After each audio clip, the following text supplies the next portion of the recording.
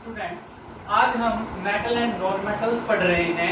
पीछे मैंने आपको क्या है रिएक्टिविटी सीरीज के बारे में बताया था, मिनरल्स के बारे में बताया था, ओर्स के बारे में बताया था, गैंग्स के बारे में बताया था। अब फिर मैंने बताया था आपको कि जो रिएक्टिविटी सीरीज के बेसिस पर जो मेटल है वो नेचर में कैसे एग्जिस्ट करती है। तीन वे में क्या करते हैं, एग्जिस्ट करती है।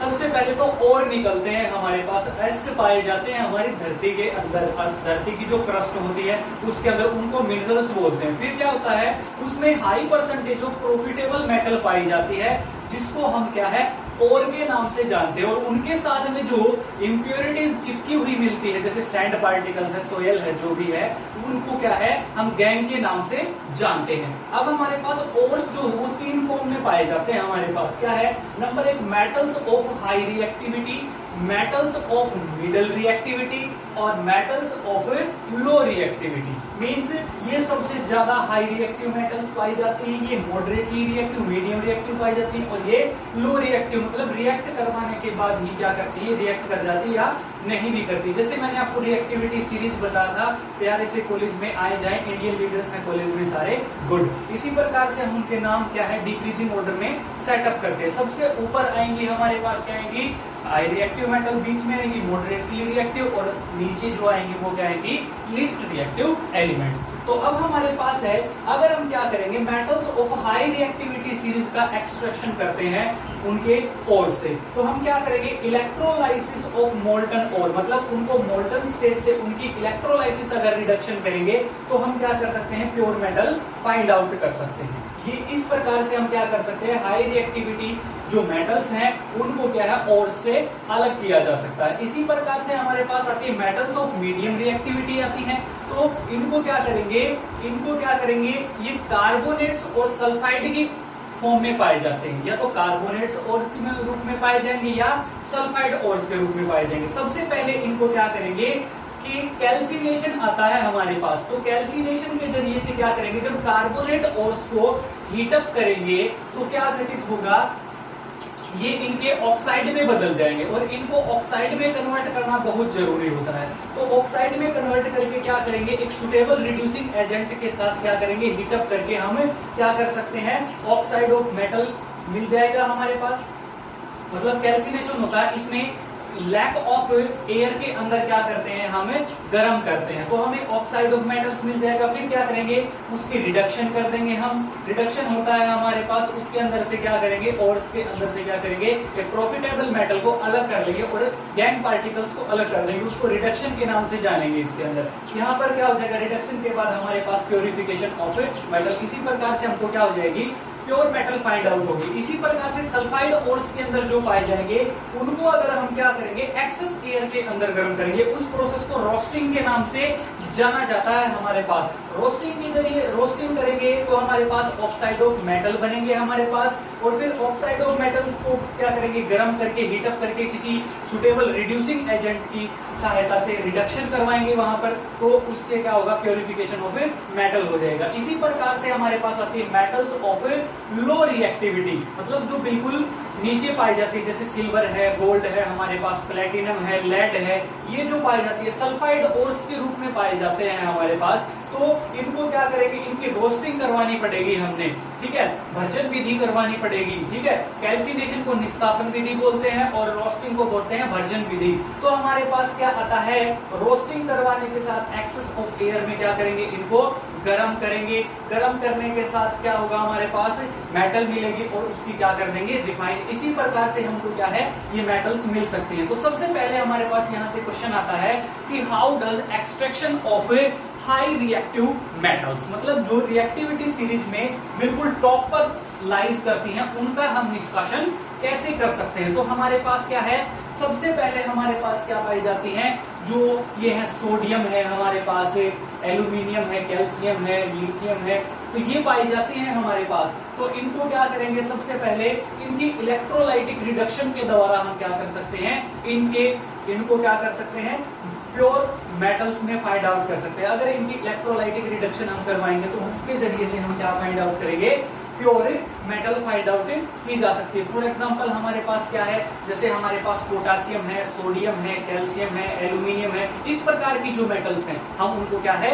हम इलेक्ट्रोलाइटिक रिडक्शन के जरिए से क्या कर सकते हैं, फाइंड आउट कर सकते हैं। तो अब हमारे पास आता है कि metals of medium reactivity series, जो ये मीडियम रिएक्टिविटी में आती है हमारे पास, जैसे हमारे पास जिंक है, फिर है हमारे पास जिंक है जैसे हमारे पास, और कैल्शियम है हमारे पास, तो ये क्या आती हैं, मिडल में आती हैं हमारे पास। तो क्या कहता है इसमें कि ये हमेशा ही कार्बोनेट ओर्स और सल्फाइड ओर्स के रूप में क्या है, पाई जाती हैं। तो ये इनके रूप में पाई जाएंगी, सीधी सी बात है। तो इनको क्या करेंगे, गरम करके, क्या करेंगे, गरम करके हम क्या करेंगे, ऑक्साइड्स ऑफ मेटल्स में क्या कर लेंगे, कन्वर्ट कर लेंगे, और ऑक्साइड्स ऑफ मेटल्स को क्या करेंगे, किसी सुटेबल रिड्यूसिंग एजेंट के साथ क्या करेंगे, हीट अप करके रिडक्शन हो जाएगी। रिडक्शन के जरिए से हम क्या कर सकते हैं, then we find pure metal. For example मैं आपको देता हूं, फॉर एग्जांपल हमारे पास आता है, जैसे ये क्या है, जिंक सल्फाइड की फॉर्म में पा गए मान लीजिए, तो क्या करेंगे, हम इसको क्या करेंगे, गरम कर देंगे, क्या करेंगे, हीट अप करेंगे इसको, ठीक है।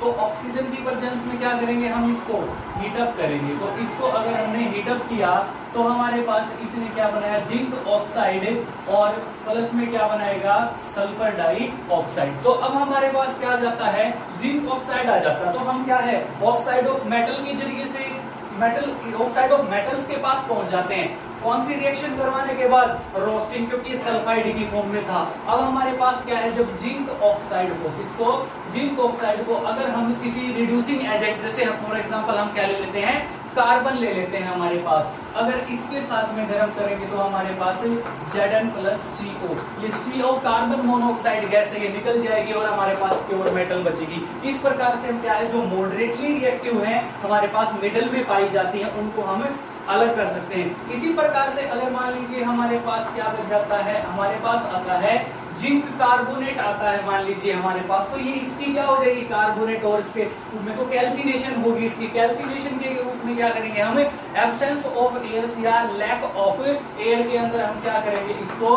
गर्म करेंगे। अगर इसको क्या किया, गर्म किया तो इसने क्या बनाया, जिंक ऑक्साइड, और प्लस में क्या बना देगा, ये कार्बन डाइऑक्साइड क्या करेगा, बाहर निकाल देगा हमारे पास। तो अब हमारे पास जिंक ऑक्साइड आ जाता है।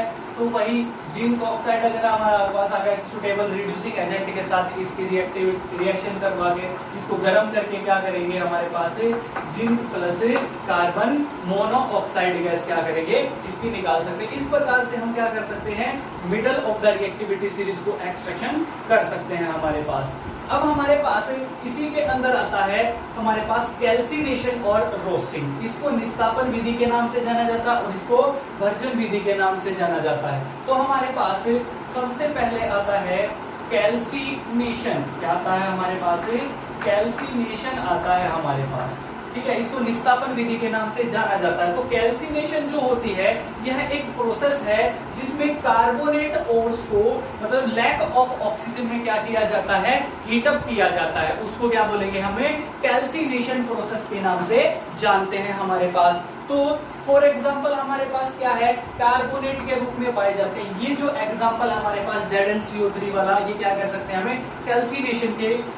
कैल्सिनेशन रिएक्शन के अंदर दे सकते हैं। अब हमारे पास नंबर 2 जो आता है हमारे पास, वो क्या आता है, रोस्टिंग आता है हमारे पास। इसका हिंदी में नाम हम क्या करेंगे, इसका भर्जन विधि देते हैं हम। तो इसके अंदर क्या होगा, जो भी हमारे पास सल्फाइड और होंगे उनको एक्सेस ऑफ एयर मतलब एयर की ज्यादा मात्रा में क्या करेंगे, हम उसको हीट अप करेंगे। उसको रोस्टिंग बोलते हैं। क्या बोलते हैं, रोस्टिंग। फॉर एग्जांपल हमने क्या है, जिंक सल्फाइड का एग्जांपल दिया। जिंक सल्फाइड को अगर हम एक्सेस ऑफ ऑक्सीजन में क्या करेंगे, हीट अप करेंगे तो zinc oxide plus sulphur dioxide बनेगा। देन क्या करेंगे, हमारे पास जब किसी सुटेबल रिड्यूसिंग एजेंट के रूप में क्या करेंगे, इसको गर्म करेंगे तो हमारे पास प्योर मेटल मिल जाएगी हमारे पास। इसको क्या बोलेंगे, हमें रोस्टिंग के नाम से जानते हैं। अब हमारे पास लास्ट फाइनली आता है हमारे पास मेटल्स ऑफ लो रिएक्टिविटी, मतलब जो बिल्कुल क्या है, बिल्कुल नीचे पाई जाती है रिएक्टिविटी सीरीज में। जैसे मैंने आपको फॉर एग्जांपल दिया था, हमारे पास Ag सिल्वर पाई जाती है हमारे पास, Au गोल्ड पाई जाती है हमारे पास, फिर है हमारे पास लेड पाई जाती है हमारे पास, फिर है हमारे पास प्लेटिनम पाई जाती है हमारे पास, और भी पाई जाती है हमारे पास। तो इनको क्या है, ये क्या होती हैं, ये लो रिएक्टिविटी में होती है, लिस्ट रिएक्टिविटी में होती है। तो इस सल्फाइड ओर्स के रूप में पाई जाती हैं हमारे पास। तो क्या करेंगे, इनको एक्सेस ऑफ एयर में क्या करेंगे, हीट अप करेंगे, और हीट अप करके इसकी रोस्टिंग प्रोसेस होगी। रोस्टिंग के जरिए से क्या निकल जाएगी, मेटल, और मेटल की क्या कर सकते हैं, हमें रिफाइनिंग करके क्या कर सकते हैं, उसको अलग कर सकते हैं हमारे पास, बिल्कुल लो में मिलेंगी हमारे पास। अब हमारे पास जो है वो लो रिएक्टिविटी में क्या है, जैसे हमारे पास Hg भी आता है। फॉर एग्जांपल हम क्या करेंगे, उनको हीटिंग अलोन कर लेंगे हमारे पास। जैसे फॉर एग्जांपल है इसका Hg है हमारे पास। Hg क्या है, वो सिनेबार के फॉर्म में पाया जाता है। किसमें पाया जाता है, सिनेबार की फॉर्म में पाया जाता है। अगर हम इसको क्या करेंगे, इसको अकेला हीट अप करेंगे तो ये हमारे पास क्या बनाएगा, मर्क्यूरिक ऑक्साइड, और प्लस में क्या बनाएगा, सल्फर डाई ऑक्साइड बनाएगा। अब हमारे पास अगर इसको लगातार क्या करेंगे, गर्म करेंगे ऑक्सीजन की प्रेजेंस में, तो हमारे पास क्या होगा, ये क्या निकाल देगा, Hg, और प्लस में क्या निकल जाएगी, O2 निकल जाएगी हमारे पास। अगर इसको क्या करेंगे, हीट अप करेंगे, तो हमारे पास यहाँ से क्या है, मर्क्यूरिक ऑक्साइड, सिनेबार से हम क्या कर सकते हैं, मतलब मर्क्यूरिक सल्फाइड से हम क्या कर सकते हैं, मर्करी फाइंड आउट कर सकते हैं। तो इसको हीटिंग अलोन करेंगे हमारे पास। तो क्या करेंगे, अगर हम मर्क्यूरिक सल्फाइड को अगर क्या करेंगे, हीट अप करेंगे, तो देन हमारे पास क्या मिलेगा, मर्क्यूरिक ऑक्साइड मिलेगा। और मर्क्यूरिक ऑक्साइड को अगर हम हीट अप करेंगे तो क्या मिलेगा हमारे पास, मरकरी मिलेगा हमारे पास। अब हमारे पास है जो सिनेबार होता है, अगर उसको हीट अप करेंगे तो क्या घटित होगा, अगर उसको हीट अप करेंगे सबसे पहले क्या बनाएगा हमारे पास, mercuric oxide plus sulphur dioxide, और फिर देन मर्क्यूरिक ऑक्साइड को अगर हम क्या करेंगे, ऑक्सीजन की प्रेजेंस में हीट अप करेंगे तो हमारे पास मरकरी प्लस में क्या बनेगा, ऑक्सीजन गैस बनेगी।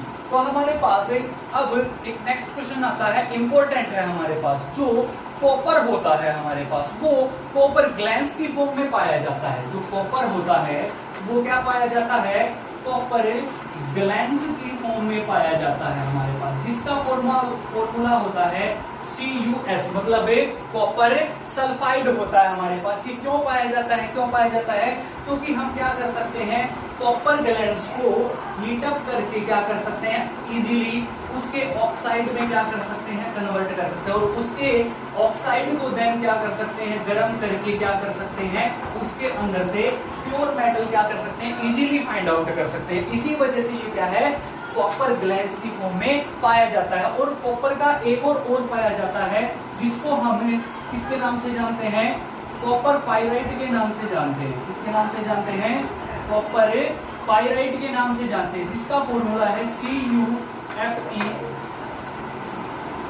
Fe2S हमारे पास। ये क्या है, कॉपर पाइराइट का फॉर्मूला है हमारे पास। तो स्टूडेंट्स, आज हमने क्या पढ़ा कि metals of high reactivity series का एक्सट्रैक्शन कैसे करेंगे, metals of medium reactivity series का एक्सट्रैक्शन कैसे करेंगे, और metals of low reactivity series का एक्सट्रैक्शन कैसे करेंगे। जो हाई रिएक्टिविटी मेटल्स होती हैं, हाई रिएक्टिव मेटल्स होती हैं हमारे पास, या हाई रिएक्टिव एलिमेंट्स होती हैं, उनको हम क्या करते हैं, रिड्यूसिंग एजेंट के रूप में क्या करते हैं, रिड्यूसिंग एजेंट्स के रूप में क्या करते हैं, यूज करते हैं हम।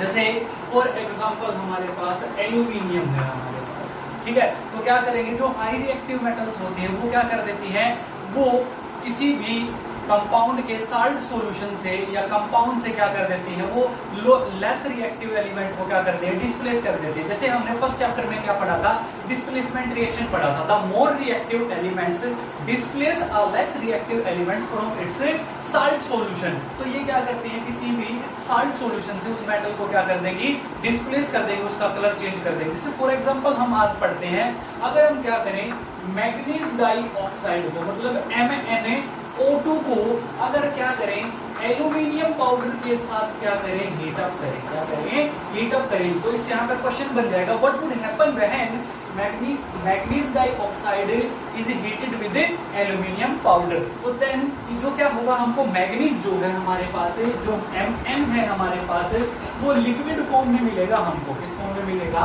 लिक्विड फॉर्म में। और प्लस जो हमारे पास Al2O3 बनेगा वो हमारे पास हमेशा ही किसमें मिलेगा? सॉलिड फॉर्म में मिलेगा हमारे पास। और प्लस में क्या निकल जाएगी? हीट निकल जाएगी। हीट तो बाहर निकल जाएगी हमारे पास, तो ये मिलेगा हमको। तो क्या कर देंगे इसमें, when manganese dioxide heated with aluminium powder, then they always form manganese in liquid form और aluminium oxide in solid form and evolution of heat. इसमें इतना लिख सकते हैं हम। अब हमारे पास आता है most important question of this lesson, मतलब है थर्मिट रिएक्शन। क्या आता है हमारे पास है? Thermite reaction. यह क्या होती है? एक रिएक्शन होती है हमारे पास। हमने फर्स्ट लेसन में बहुत सारी रिएक्शनों के बारे में पढ़ा था, लेकिन ये उसमें से एक रिएक्शन है। ये क्या होती है?